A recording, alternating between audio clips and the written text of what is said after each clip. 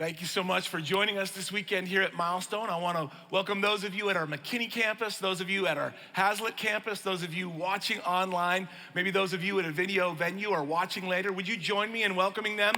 Good to have you guys with us. So excited to continue this Miracles series, but I gotta say, as a church family at all of our campuses, we are so proud of you because from the very beginning, following Christ has not been about just coming into an environment and watching someone on a platform speak and observing from a distance and then saying, well, that was nice. It's about you jumping in the game and taking steps. And so that's why we ask you to join small groups, not because we don't think you're busy or that you're looking for things to do, but because the value in our relationship with Christ is directly tied to our ability to actually live it out. And when we gather together in groups, we give ourselves the best opportunity to actually live out this message of Jesus. I think about Andrew and JT. Andrew's been inviting JT for a while to come to weekend services, and JT came and he's like, that's good. And he's like, would you come to me with my small group? He's like, what is that? I didn't even know that was a thing. And he came, and this week he said, man, it's amazing how each time I come with you, Andrew, it has so much to do with what's happening in my life. And isn't that a great picture of what it means to be a follower of Jesus? Andrew doesn't have to know everything about the Bible. He doesn't have to be a full-time pastor. He doesn't have to have every answer that JT might ask. All he has to do is say, man, I'm willing to help somebody else. Let's take a step together. I think about Lauren and Lacey. Lacey wanted to lead a small group for the very first time, but she was nervous, felt a little intimidated. Lauren's like, I'll lead with you. They met this week. 7 women joined with them in a group, and God is moving in those kind of environments. So in every setting, at every location, keep taking steps together because the relationships, the encouragement, the prayer that you're looking for, it's found in those settings. So we're in this series on miracles. We serve a God of miracles. We read a Bible that's filled with miracles. You're like, what is that? What's a miracle? Well, a simple definition is really just a miracle is when this holy, other, uncreated, eternal God supernaturally shows up in our lives. So grateful that we serve a God that's not an idea, that doesn't exist in dusty history books, but he shows up in your life and my life, and every time that happens, it's a miracle, it's supernatural, and really no one did more miracles than Jesus. And so we've been each week looking at a different miracle of Jesus to understand what it meant then and what it means now and what it shows us about who God is and how he's made it possible for you and I to live. And this week's miracle is probably a miracle that at some level it'll be hard for us to relate to, but in many other ways, it's just like you and I. Because really we're looking at a miracle this week about a group of people who felt on the outside. They felt unwelcome, they felt left out. Now I know in our context, in the communities that we live in, you guys are achievers, you're goal-oriented, you crush your atomic habits. You got all the things. You keep goals and you close rings and I get it. I'm right there with you. You're competitive. You're successful. You're goal-driven. You're even affluent. And many of us comfortable. And a lot of times the motivation to be all those things is to prove to somebody, I am good enough. I am strong enough. I am successful. I do have worth. Because no matter how successful you are, somewhere along the way, someone's gonna say to you, you're not welcome here. You're not good enough. We don't want you. And the question becomes, in those moments, how do we respond? I think some of it has to do with our personality. Some of it has to do with our experience. I was thinking about it this week and reflecting about how we as a culture respond in those moments. I think it's changed over time. I'm a kid of the 80s. I don't know if any other Gen Xers out there. It was a different era, let's just be honest. It was savage growing up in the 80s. It was like the Hunger Games all the time. I don't know if you've ever thought about this. Do you remember when Whitney Houston sang, I believe the children are the future? Now we're like, of course she sang that. Well, she sang that because no one believed it. It's like, well, kids are just kind of part of life. They're there, they're kind of out there. You know, as a kid in the 80s, you just grew up, people told you, you're never gonna amount to anything. Be like, whoa, that was rough. It's good for them. It makes them tough, helps them grow up. They just told us that all the time. Coaches, teachers, parents, different people. It's just part of life. And so when you get that all the time, you're like, how do I respond to that? Well, it kind of explains Kurt Cobain and Ice Cube, but it also helps us it was just different. We changed some of the rules, right? Let's be honest, a lot of us helicopter parents were Gen Xers because it was different. You go to Little League now, there's no outs. Everybody gets a trophy. When we played Little League, everybody would be like, easy out, other parents. Scoot in, easy out. Your own parents would be like, yeah, he's an easy out, whatever. Teachers today, they don't give D's, they don't give F's. People just give those out like breath mints. Take a D, take a F, you earned it. You probably better look into manual labor. This education thing isn't gonna work out for you. Why did the government institute No Child Left Behind? Children were getting left behind. So, we changed the rules. We've made society nicer. You probably, Hazlitt, McKinney, you understand. One of the things that we did too to try to make ourselves feel better is we've really gotten into pets. We're pet people everywhere, right? And some people I don't get it, but some people are like bird people or fish people or lizard people or snake people. People like pets, right? Pets make us feel loved and seen and valued. And as a parent, you don't even really get a choice. You're gonna have pets. We've had a lot of fish, and we all know where they get flushed. We had hamsters, and they escaped. And so one day the kids were like, Dad, can we have a dog? And I never really thought of myself as a dog person.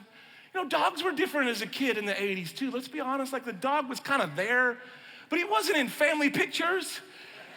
He didn't have like matching outfits or a special room in the house or like gourmet organic food. We've gone a little crazy, guys, we just have.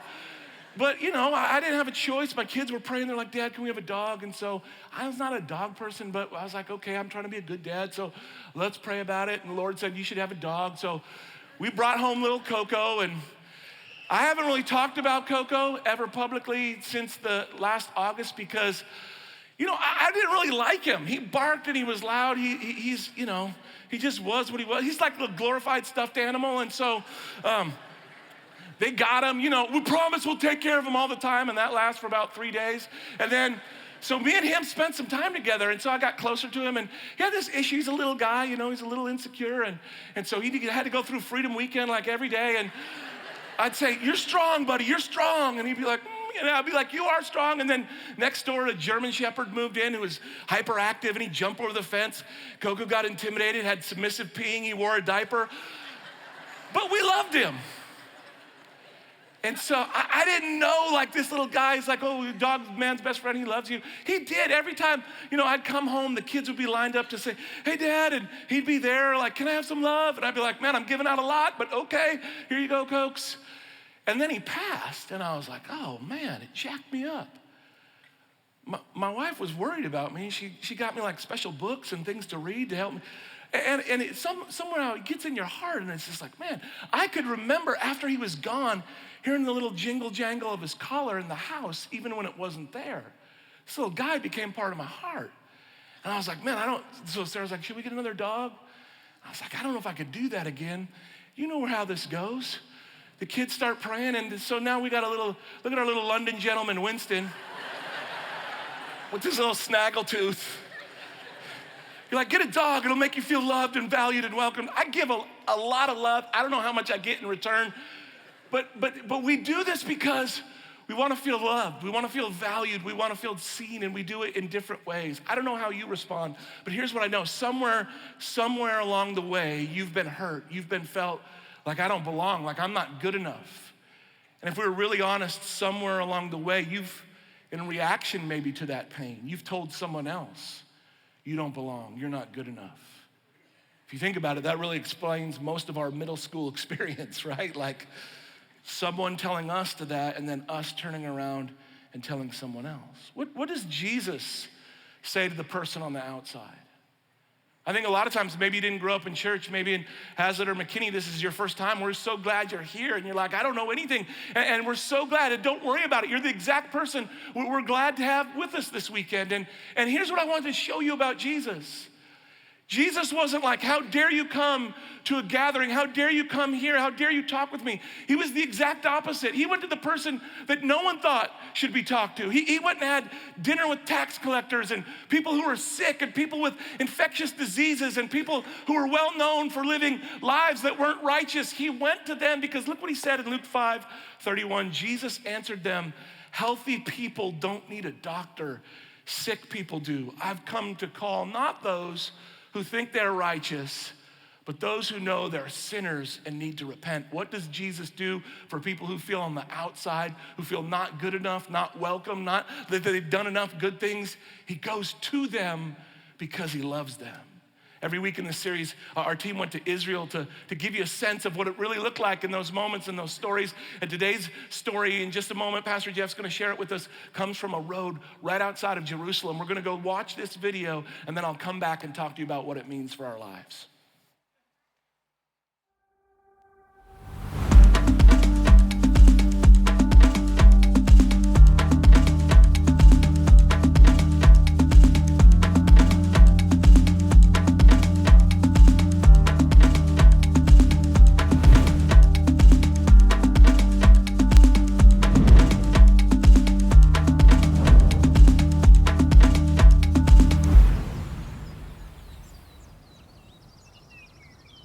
I want to tell you a story about an amazing miracle that took place on a road much like this from Galilee to Jerusalem.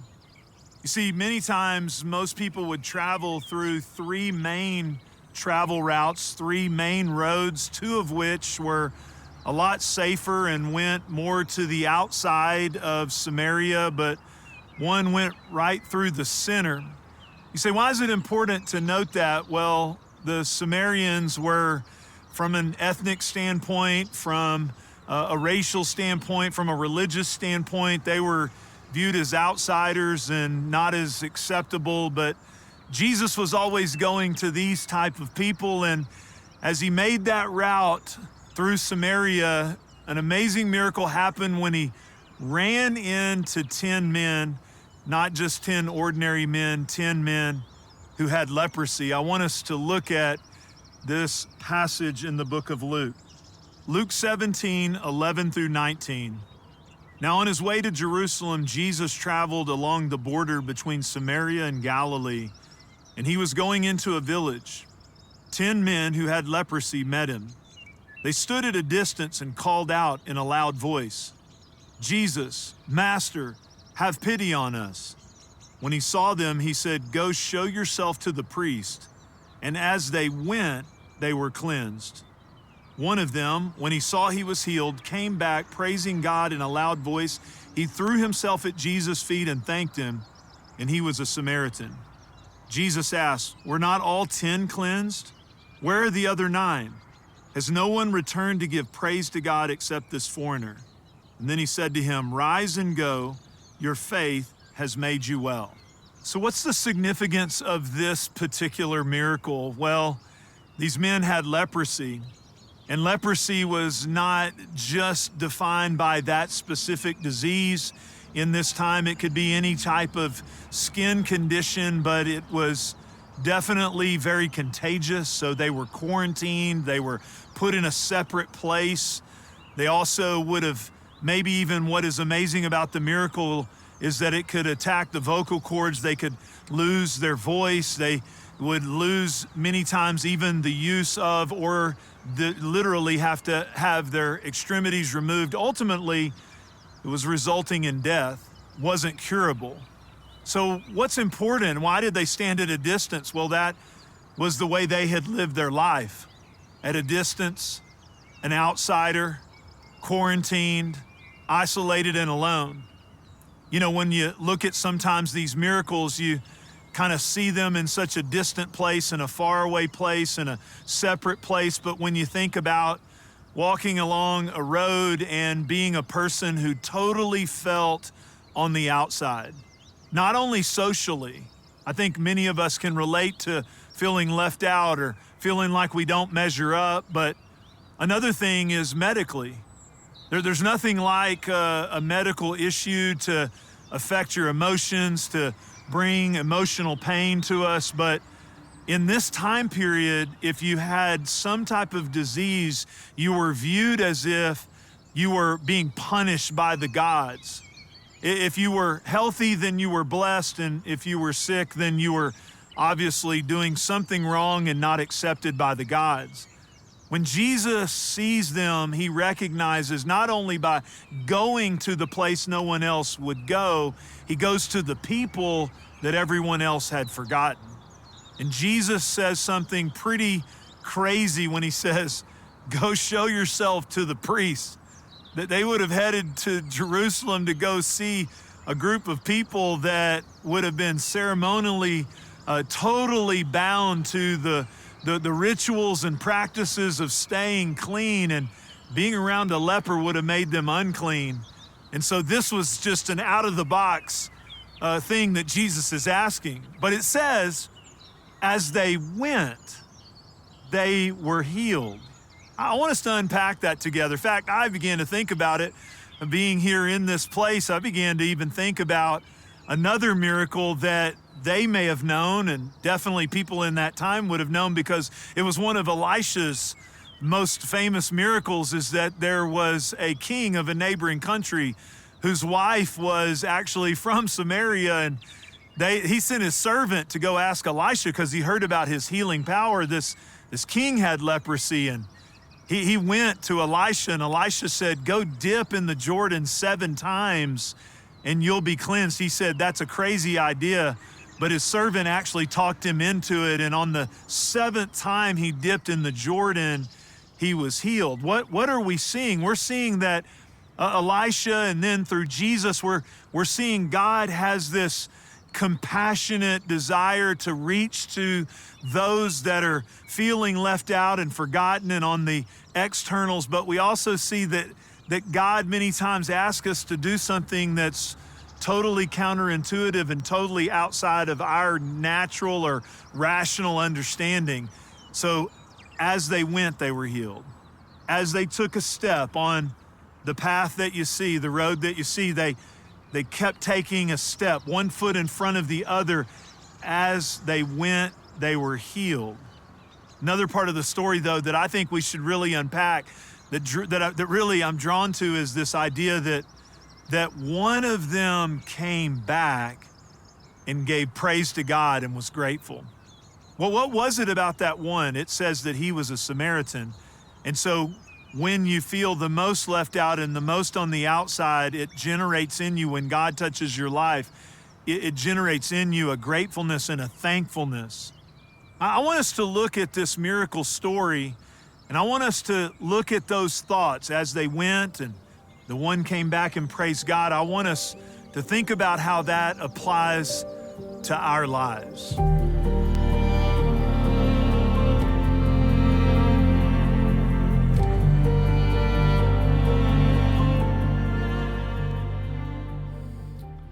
So many things happening in this miracle story. It might be easy to think, well, the real message of what's happening here is Jesus is telling us to be kind or to be nice to people who are not like us. And the truth is, there's so much more happening than that in this story. I think if we're honest, most of us could say, like, the motivation to just try to be kind and to be nice to people, though valuable, isn't really lasting. It really probably is only as lasting as the circumstances in our life are good.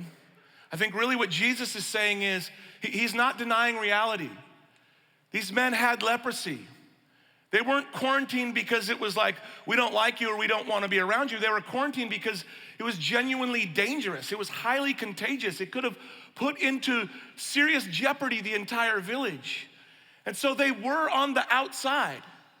But what I think Jesus is really doing for the disciples, for the men themselves who are healed, for us who read the story later today, is what he's really trying to say to us is our biggest problem is we don't see this situation right. When we look at someone who's sick, when we look at someone who's on the outside, when we look at someone that we perceive as being different or dangerous, the assumptions, the way that we interpret the meaning of what that looks like in our lives is wrong. We showed you the map there. 3 times a year at least, a devout Hebrew man, a devout Israelite, if they were from where Jesus was from, up in the north, they would travel at least 3 times a year to go to Jerusalem. And so they had to take a long journey. Depending upon which route they took, the journey would take a different amount of time. If they went on the outside, it was much longer. It was over a week in many times. If they went down that middle road and went past Samaria, it would only take 3 to 4 days. Now, that journey though, because of their tradition, because of their cultural background, because of the way they thought about Samaria, they didn't want to be around them, they didn't want to be next to them, because they were other, they were different, they were on the outside, they were a group of people who had compromised their faith. And so to be devout in their minds was to stay away from people who didn't believe what they believed. Where does that instinct come from? I think all of us, if we're honest, could admit, whether here at Keller or there in Hazlitt, we have that in us too. We can go, well, I'm a good person. I make good choices. I see things right. Those other people don't. And what Jesus is really after is, do you see things right? Do you really understand the nature of your situation before a holy God? Do you really see? I love that about the disciples. Jesus kept them with them, and they always got it wrong. When he asked them questions, they would have the wrong answer. They would even be brazen and confident, even though they were wrong. But he didn't give up on them. He just kind of quietly and lovingly kept taking steps. He does the same with you and I. He does the same with me. The other night I was thinking about this. I don't know who it is for you that you feel like's on the outside, separate from the things of God. But I was thinking about this on Monday night when I was watching football. No one else, I guess, thinks that way when they're watching football. I do, or at least I'm honest enough to say that I do. There's a certain character that you may know. His name's Aaron Rodgers. He and I have a 20-something year relationship. He doesn't know we have a relationship, but we have a relationship. I first remember hearing about Aaron Rodgers when I was in college. He was a junior college quarterback who transferred to a school that happened to be a rival with my school. In the first game of prominence he played, he beat my team and kept us out of the national championship in overtime. And so I have a little bit of what you might call unresolved issues. Now, later, when he was number 4 in the nation and we were number 1, we beat them, and my daughter was there. It was their first football game. It was powerful. And so we've worked it out. But one of the things about Aaron is he's prideful, he's successful, he's arrogant. And some of that is because he has a chip on his shoulder, because when he got drafted, they thought he was going to be the first pick, but he wasn't the first pick, he wasn't the second pick, he wasn't the 10th pick. He got drafted way down in the 20s. It was embarrassing. And so his entire career has been, I'll show you how good I am. So he has that chip on his shoulder. So unless he's for your team, you probably don't like him, which I don't. And so Monday night, after a long career with one team and a lot of drama, he switches to this other team. If you don't follow football, it's the Jets, who perennial losers. Like the Jets, anything ever good happening to the Jets would be a miracle for the miracle series. And kind of like the Cowboys. And so, okay.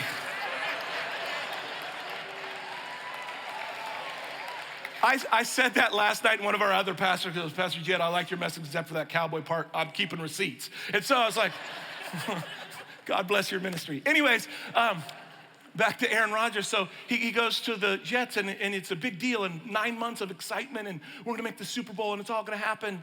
And on the 4th play, he drops back and he goes down injured. And not just a small injury. And I watched how he reacted on the field, and he kind of, you could just see his face fell. He knew that he was not just hurt, but really hurt. And I was like, man, I started to feel bad for him. Because I looked at him and I realized, okay, he just joined a club that I'm a member of. It's a club no one wants to be a member of. It's a club filled with elite athletes, Dan Marino, Kobe Bryant, Kevin Durant, Klay Thompson, Jed Walker. See, two years ago, playing basketball, I tore my Achilles. And the moment that it happened, I knew this is a serious thing. The real problem was it was the day before my son's birthday. And so my wife was gonna be upset, not that she was worried about my well-being, but that I messed up and made things inconvenient. Because it's like she's a loving person. I don't wanna paint the wrong picture. But 18 months, so you get a boot, you're on a scooter, you can't drive anywhere. It's everything is painful. Everything in your life changes. And so having had that experience, I start watching Aaron, and I felt this wave of compassion. And I just felt the desire to pray for him. God, just bless him, encourage him, use this somehow for your glory. And God said to me, and he does, he speaks to me in these silly situations that may seem trivial, but he says, son, can you see, all it takes is for you to see things right, and it changes the way that you relate to others. If you could see yourself the way that I see you, instead of trying to defend or promote or justify, but see yourself as a human being created in the image of God, but not right on the basis of anything that you've done or that you know, but only right with me on the basis of my grace, how much more loving, how much more kind, how much more willing would you be to bring the outsider in? And I just said, I'm sorry, Jesus. Please don't take out the other Achilles to help me learn the lesson. I'm listening. And I thought about how would I communicate that to you, and I would say this. Here's what I want you to see from this story. We're all outsiders to Jesus. None of us are on the inside of a perfect God. Whether we're a Samaritan, whether we have a sickness, whether we have leprosy, whatever our condition is, there's not a single one of us who's done enough righteous things, who've lived a good enough life, who've honored our traditions or obeyed the whims of culture to stand before God and say, I'm on the inside. The only way any of us can be in that place is by the goodness and the grace and the mercy of Jesus. And the great thing about Jesus is that he meets us where we are, but he never leaves us there. See, the cultural narrative is, don't feel bad about yourself. You're a good person. Your desires are good. Your truth is good. Live your truth. None of that will help you. Jesus' message is not, you're not an outsider. People just have been mean to you. Jesus' message is, though you have leprosy, sickness, disease, sin, traditions that have kept you from God, by my goodness and by my grace, if you'll receive me, I'll change your life.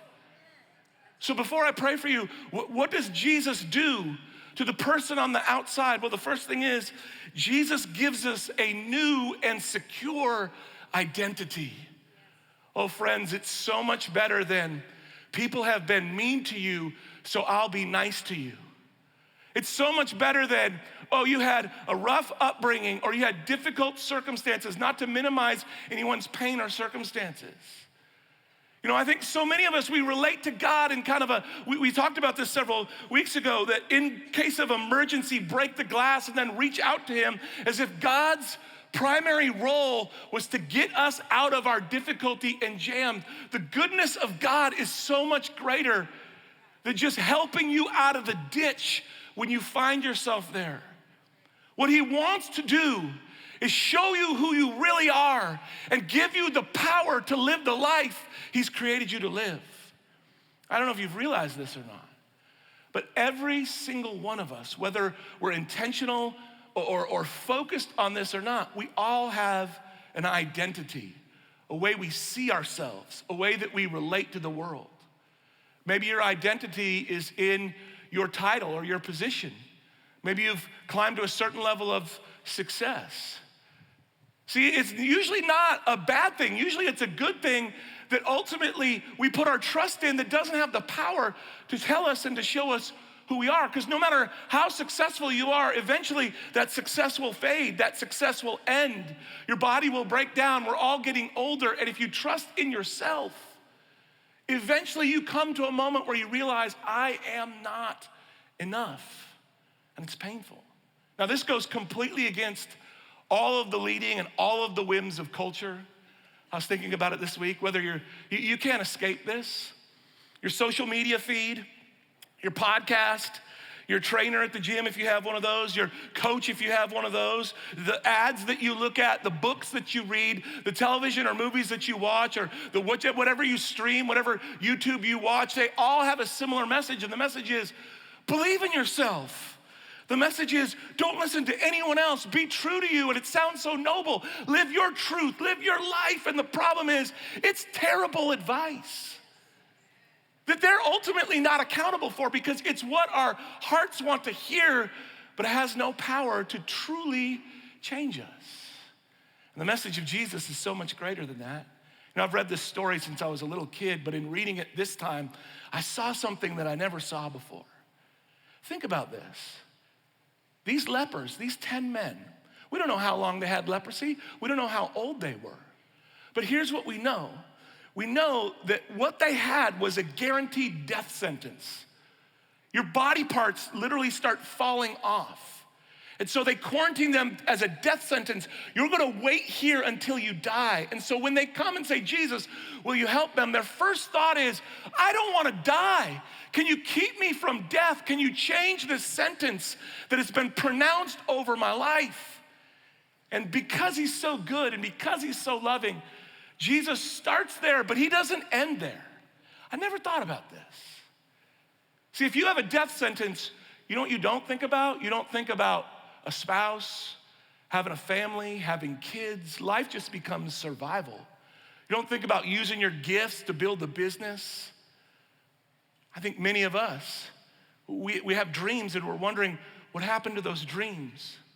But when God comes to these lepers and he heals them, he doesn't just eliminate the death sentence, but he reopens the possibility that they could get married, they could have a family, they could go back and see their loved ones. Everything that had been broken and stolen from them could be restored.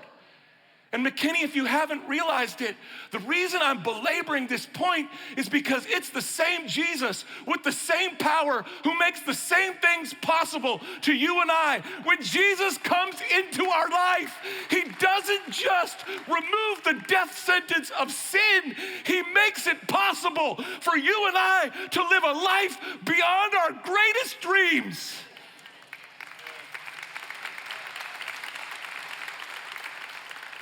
If we'll receive him, if we'll acknowledge him, if we'll say, my whole life, everything I have is yours, which leads us to the second thing he does.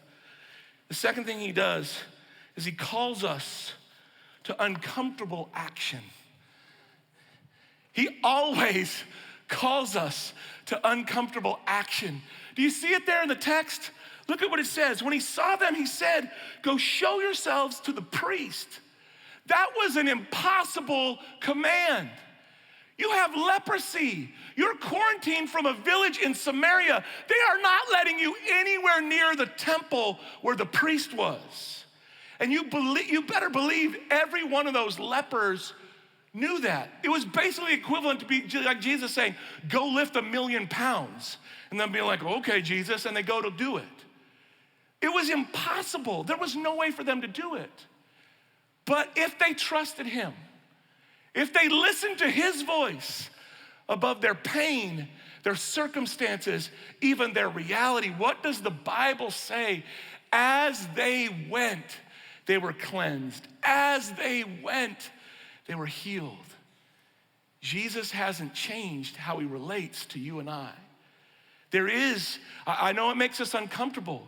It creates questions. You're like, Jed, are you saying it was their fault or this fault? Or if I haven't gotten healed, is that because I haven't been willing to take uncomfortable action? I'm not saying it's not a formula. It's not a do these 3 things and I guarantee you this will happen. But there is this pattern we can't deny that in every one of these situations, there's a participation, there's a demonstration of the actual trust. It's not a sit back cerebrally and watch, maybe God will do it, maybe he won't. It's, I don't know if this is gonna work or not, but I'm gonna take a step, and I'm gonna take another step, and I'm gonna keep trusting in Jesus. If you ask me to follow, I'll follow. I don't know if it's working, but because you asked, I'm in.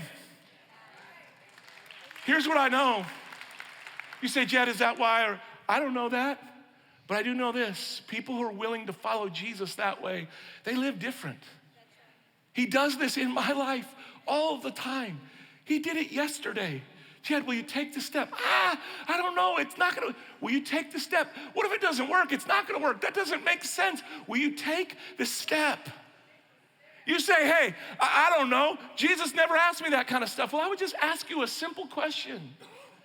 If you're following a Jesus that never asks you to take uncomfortable steps, you may want to ask yourself, is it really Jesus that I'm following? Here's the third thing. The third thing is this. Jesus invites us into gratitude. Look what it says in verse 15. One of them, when he saw he was healed, came back, praising God in a loud voice. He threw himself at Jesus' feet and he thanked him. He was the Samaritan. Jesus asked, were not all 10 cleansed? Where are the other 9? Has no one returned to give praise to God except this foreigner? We don't know what happened to the other 9. We don't know, but we know this one. He came back. Do you see what the text says there? Did you notice that? When he came back, praising God in a loud voice, he threw himself at Jesus' feet. Think about that.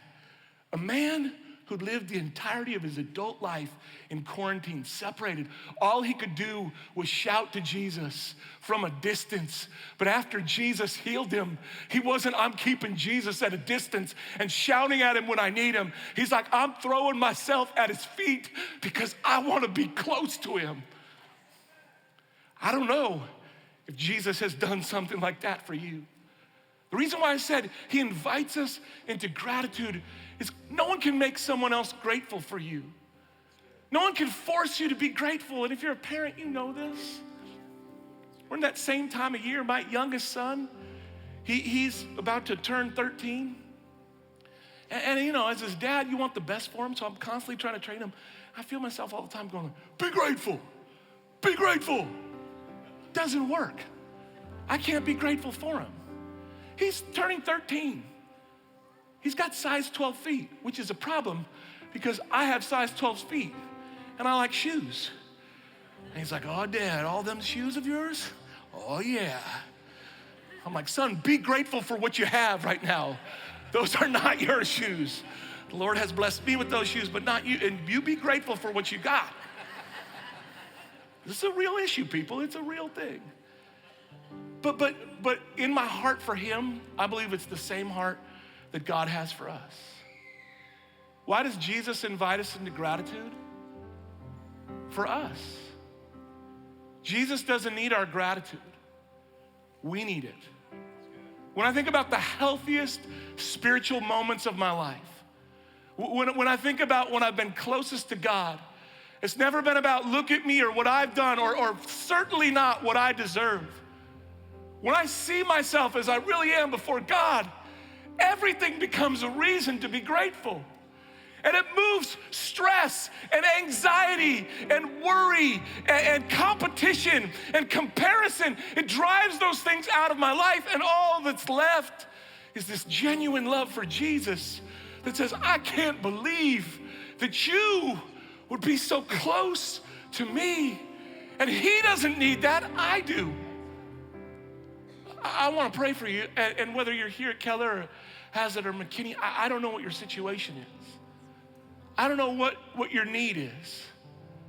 I don't know, maybe you feel on the outside, maybe you feel like you've put your identity in the wrong thing. Like so many of us, you listen to that narrative and you're like, well, I'm gonna be true to myself and I'm gonna follow my dreams, and don't do it. Not because you don't have value and worth, but because you do. You're a child of God. And there is no identity that will sustain you like understanding not just who you are, but whose you are and how he made you and created you with the purpose. He gave you gifts that you could offer to serve others, not so that you could demand recognition, because no recognition from outside voices can satisfy your soul the way that the voice of the master and the one who created you, who wants to look at you and say, this is my son, this is my daughter in whom I'm well pleased. That's the gift of having a secure identity in Christ. Maybe it's a time for you to take an uncomfortable step. Maybe you've been stuck in that same spot, feeling on the outside. And Jesus is saying, I'm asking you to take a step. And you're like, but what about this? Will you take the step? Or maybe you're like the 9. Maybe Jesus is inviting you to be like the 1. To not say, well, I did this and I did that, but to recognize, God, everything I have in my life is a gift. I'm so grateful. The ability to see ourselves in any one of those situations is a gift in and of itself. It's a miracle. Let's pray. Jesus, we're so grateful for your presence. You don't leave us on the outside. You come to us. When all we could do would shout to you, you come close enough that we could touch you. So God, I'm praying for Every person here, maybe you're here and you didn't know that was the message of Jesus. You thought, like so many others, the cultural idea that being a follower of Christ is about doing more spiritual good things than bad things, and if you do more than most people, God will receive you. It's not. It's so much better than that. On your worst day, when you felt like the biggest failure and you felt furthest from God, in His grace and His mercy, He invites you into His presence, into His kingdom. If you just receive Him, just there in your own words, just say, Jesus, I give you my life. I acknowledge the things that I've done that are wrong. I want you to forgive me. Will you receive me? I want you to be my Jesus. Just make it your own words, and right there, He'll enter into a relationship with you. Maybe you've prayed that prayer. Maybe for you today is a day to take a step or to be grateful. God, wherever we're at in our situation, Lord, I pray that we would have the ability to see ourselves the way that you see us so that we could move closer to you and experience your miracle power in our lives. In Jesus' name, amen.